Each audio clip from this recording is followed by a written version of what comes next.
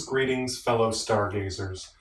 I'm General Roadhead, and as you know, you've been selected from the most elite Marines in the country for a very special mission. Your mission is to infiltrate North Korea, who gave up on their shitty intercontinental ballistics missiles program after many failed launch attempts and decided that they are going to try to engineer a race of super zombies. Your team will start outside of the structure, and there will be multiple entrances into the structure. The first is simply through the front door of the structure. The second is through the back door into the garage area. The third is through a sliding glass door into the main basement section. The fourth is an escape ladder into the sunroom on the second floor. And then the next three are all on the second floor balcony off of a ladder in the corner of the structure. They're all sliding glass doors that enter into the main bedroom, the main living room area, and then the sunroom. The escape ladder can be difficult to use, and if you're not comfortable using it, then I do not recommend trying. And the ladder in the corner is significantly easier, but again, the same rules apply. Safety is the paramount.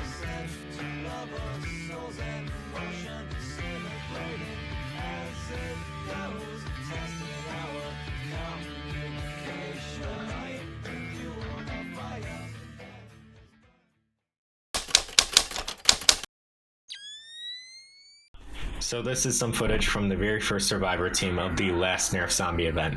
Mike, Sammy, Sasha, and Colin did it extremely well with all their misfortune despite some weapons problems and beginner's unluck.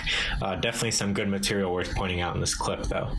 The first big thing being the lengthy breach. All in all, it took all 4 team members about 30 seconds to leave the garage doorway, which happened for a few reasons, the big one being each member of the team blocks the doorway for about 5 to 10 seconds each, which is definitely a testament to how important planning your entrance can be.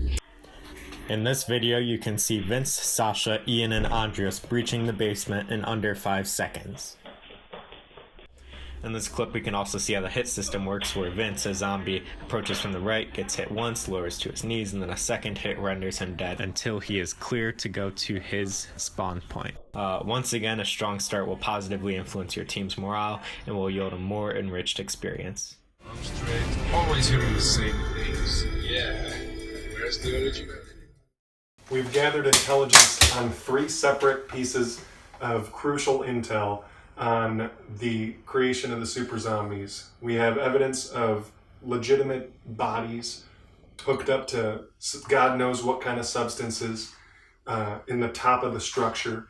There are some type of experimental drug or something, we're not quite sure. We've found a grow lab in the basement of the structure where they're utilizing organic waste compounds to kind of re-engineer it and turn it into some substance that they're able to create into the drug. And finally, there's an object in the exterior of the structure where there's some advanced machinery, and we believe that there's a canister inside one of those machines where you can extract a DNA sample. We need you to take photographs of all 3 of those objects and then place the hardware into a suitcase located inside of a transmit beacon that we can send back to the homeland. Put it in the fireplace.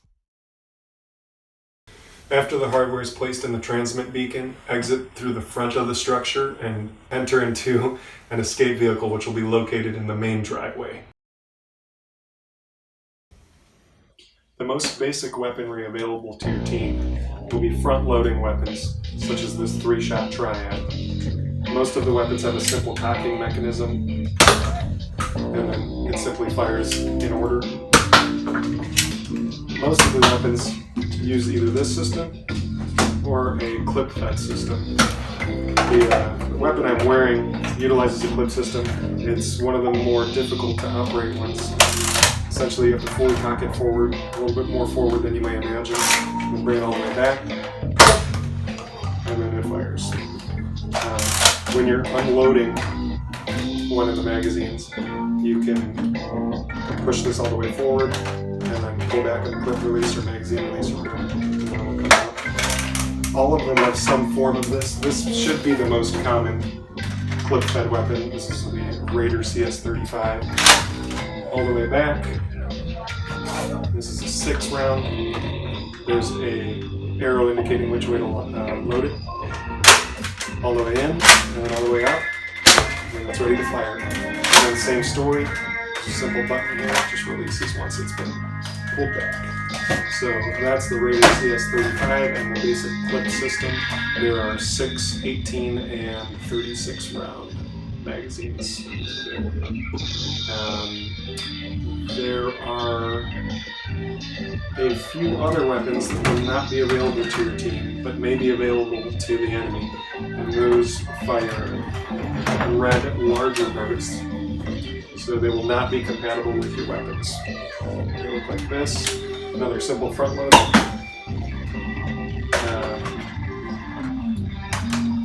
And then the Magnum, which is a 3-shot, works similarly to the clip-fed system. And then this is a front loader, same idea. The only very unusual Mega Dart is the bow, and there is a square on the back that turns green once it's pulled all the way back, indicating that it can be fired. These weapons will be available to the enemy, and there will be a specific individual who will be using them.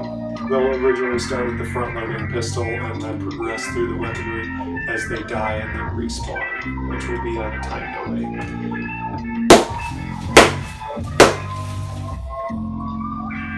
The basic combat rules for this encounter will be the humans will have X amount of health, and that will be denoted by a flag belt around their waist with initially yellow flags to start.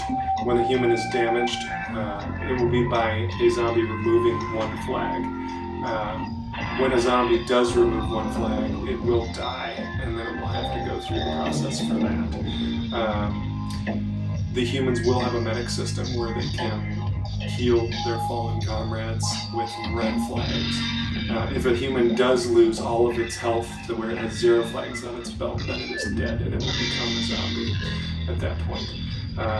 The zombies will take 2 points of damage to die, and they will take 1 shot, and then they will lose the use of their legs. And they will have to crawl on hands and potentially knees on the ground. And then the second shot, they will die. And then they will have to respawn at 1 of 3 points. 1 in the backyard, 1 in the corner bedroom, and then 1 in the basement bathroom. The zombie respawn will be controlled by 3 digital clocks at the location, and the zombies will have 30 seconds to respawn once they've reached the location. Each zombie will be responsible for figuring that out his or herself. These zombies will be assigned a spawn point, and when you die you will go to your spawn point, and then you will essentially respawn as a new zombie. You will not have any memory of what just happened, so you cannot essentially heat seek out the human forces and just repeatedly seek them out every single time and just run straight to them. We're not going to tolerate your bullshit. Just as in the past, there will be a merchant located in the brothers' shop, and the currency system this time around will be electronic credit cards.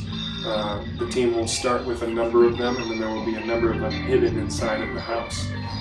These will have a set value already loaded on them, and then you can use these at the merchant. There will be certain cards that will be more valuable than others that will be in more difficult places to access throughout the house. There will not be a way to reload them once they've been used. There will be a special type of zombie known as the Kellers, which will have a blindfold so that they cannot see at all, and they will have earplugs in their ears. The Kellers are completely invincible to any kind of damage the humans can inflict, so it is pointless to try to injure them.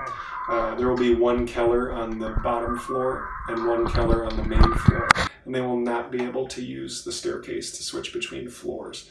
The Kellers will provide a constant threat to your force, and they will need to be either distracted or confused in order to survive the operation.